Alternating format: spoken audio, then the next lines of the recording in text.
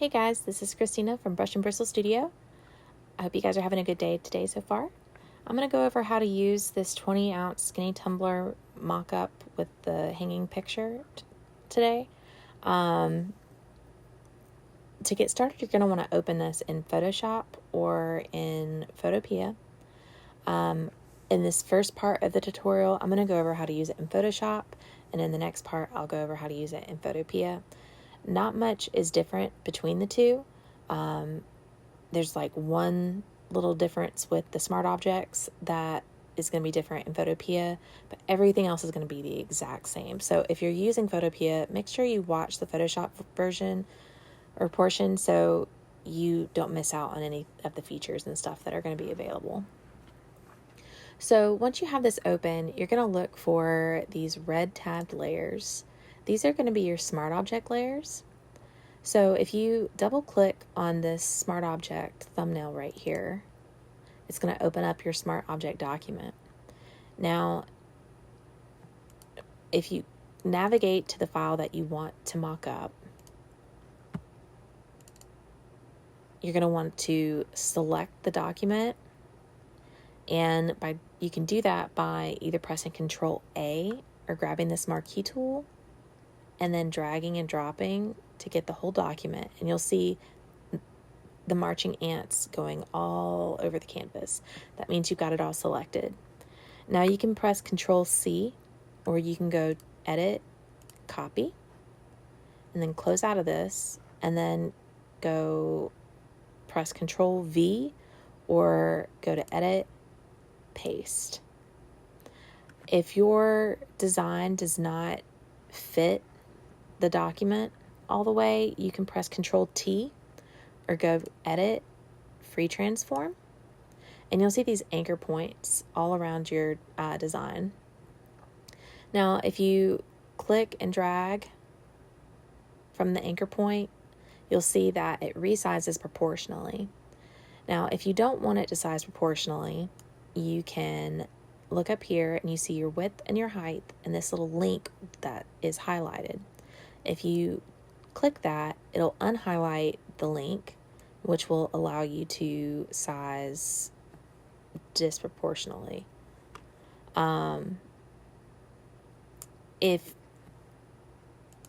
another way that you can do this, I think it's much quicker, is if you leave that highlighted, you can press and hold Shift and then drag and drop.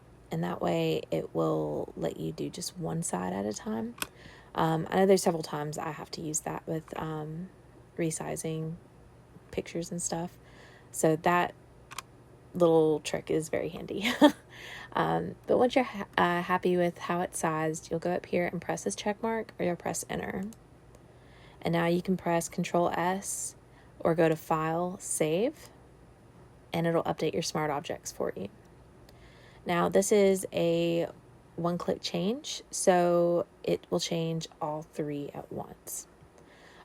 If you need them separately, like if you want the sign separately from the tumblers, shoot me a message and I can help you with that. I don't think I've got...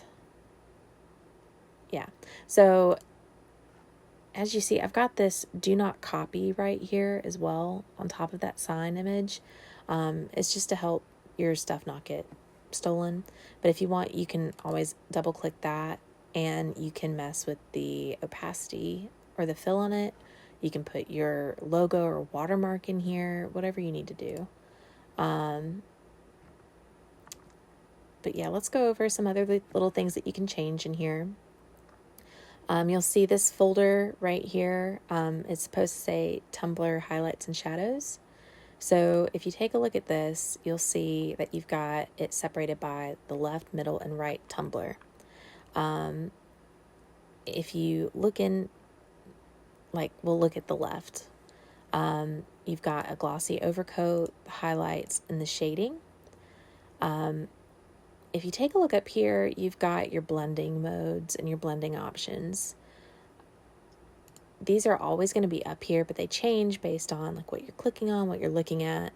So as you see, the glossy overcoat is set at screen with opacity 55 and fill 100. And shading is set to linear burn with opacity 75 and fill 100. So let's say that we want the glossiness to pop a little bit more. Let's make it brighter. So to do that, we need to take the opacity up. And you see it's made that much brighter. You can make it less by taking it down, whatever. And it works the same way with highlights. And with the shading, you can take it up or down to increase it or decrease it. Now, I do not recommend messing with these blending modes right here. If you change the blending mode, it can affect the colors underneath the effect. So, like, let's see. You see, it's really changing those colors, and we don't want those colors. So I would leave it set at what I've got it set at, unless you're experienced with those blending modes and stuff. You really only need to mess with the opacity and fill to really get the changes that you need. Something else you can do is mess with the extra highlights and shadows, this little group up here. If you toggle this on, you see it'll make things pop just a little bit. I've added a couple filters. You've got a brightness contrast filter and a vibrance filter. So if you want to edit these, you can, but be very careful when you do. To make those changes, you just double click on the icon and it'll open up that filter panel. And you'll just drag and drop how you want. But as you see, it's going to affect everything in the mockup, everything. So you really want to be careful so it doesn't mess with the colors in your design too much. Now let's see. Something else you can change is the lids and straws and shadows. So again, they're separated by, left tumbler, center tumbler, right tumbler. We'll take a look at the left and you'll see that it's set for the bent metal straw. So let's hide that and let's take a look at the shadow first. So as you can see, the shadow is for a straight thing. And I just want to make sure you see that before I turn these on because it hides pretty well. But you've got your plastic straw and then you've got your straight metal straw. So you've got those things to change through for whatever you're trying to go for. And then you've got your bottom shadows right here. So with these, you click on it and it's already set to blending mode, linear burn. You've got your opacity and your fill. You can change your opacity and fill to make it darker or lighter. And you can also move it. So let's take the opacity up to 100% and you can shift it to the left, you can shift it to the right, shift it down. Whatever you need to do to get it positioned how you want it to look. Let's see. You've also got 8 different backgrounds. Actually, this one's got 9 backgrounds in it. I tried to give you guys a nice variation of backgrounds to go with all kinds of designs that you might have. And on this white shimmer background, the main one, I have put a hue saturation filter on there. So if you double click that color palette, it'll open up the hue saturation filter panel. And as you see, it changed the color of the background. If it didn't, that means that this checkbox is not checked. See, if it's not checked, it won't show a color. So make sure that this is checked. It's one of those things that can easily get checked and unchecked. So I try to make sure everyone knows why it will not work. It's usually because that box is not checked. So if you want to change the color, you just drag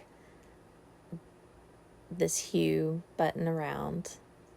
You can make it more saturated, less saturated. You can make it lighter or darker, whatever you need to really help make your design pop. But I just wanted to give you guys as much flexibility as possible with that.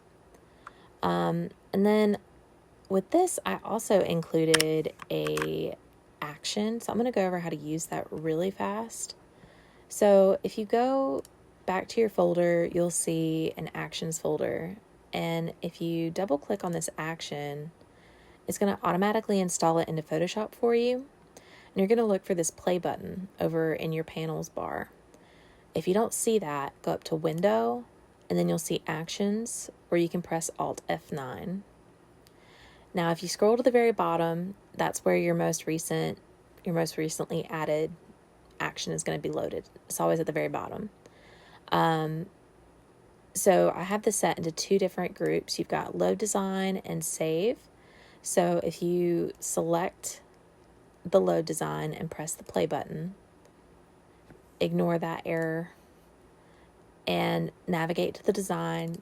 You just double click it, and as you see, it automatically copied and pasted the design in here for you and set it with free transform, so you can resize it how you need. Once you're ready, press that check mark, and there you go. It's updated on all of them. And then you can press save, and it will automatically save it for you as well. But I try to put a pause in there to give you that time to make those changes to the shadows, to the background, whatever, because those things can change based on design. But that's everything for the Photoshop portion of this. If you guys have any questions or anything, please feel free to leave a comment below, message me in my Etsy shop. I'm always happy to help. But if you guys are going to use this in Photopea, stick around just another couple minutes, and I'll show you the little change in the Photopea version. Talk to y'all soon. Okay guys, I'm going to go over how to use the Mockup in Photopea now. So to use Photopea, you're going to go to photopea.com on any web browser, be it a PC, iPad, a phone, whatever. As long as it's got a web browser, you can use it. Photopea is 100% free. You don't even have to have an account to be able to use it. I don't have an account and I use it just fine. It also will sync up to your Dropbox, your OneDrive, your Google Drive, whatever. So once you're here, go to Open from Computer and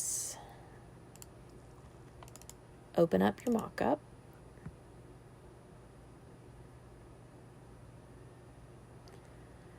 Now, everything about this is going to be the exact same as in Photoshop.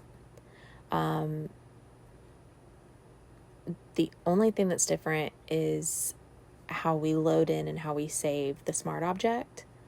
But everything else, all the features, how you change the filters, all that stuff, that's all the same. So we're going to double click on the smart object. Remember, it's these red tabbed layers. Double click that thumbnail and it's going to open that up. Now we'd go to File, Open in Photoshop, but instead of doing Open, we're going to do Open in Place. Now navigate to the file you want to mock up, and as you see, it's automatically copied, pasted, and set to free transform. So just like in Photoshop, your proportions are going to be linked at first. So you can go up here to the link, check that off, or you can be like me and keep that on and just hold Shift, and that'll help you resize. Once you're happy with it, press the check mark, and you can press Control S or go to File, Save Smart Object, and that'll update the smart object for you. If we go back over, you'll see it's all updated on all of these objects for you. Now, you cannot use the action in Photopea. Just so you guys know, I do update files every now and then. So I check back like every couple months. You probably have some updates to this, probably find an action file for Photopea. You never know what you'll find in there, but make sure you check every couple months because you probably will find some updates. But that's how you use this in Photopea. It's very similar to Photoshop. But if you guys have any questions, if y'all have any problems with anything, have feedback on how I can improve on anything, please feel free to comment below or message me in my Etsy shop. I'm always happy to help, so don't feel bad for reaching out. But I hope you guys enjoy this mock-up and found this tutorial helpful. Hope you guys have a great day.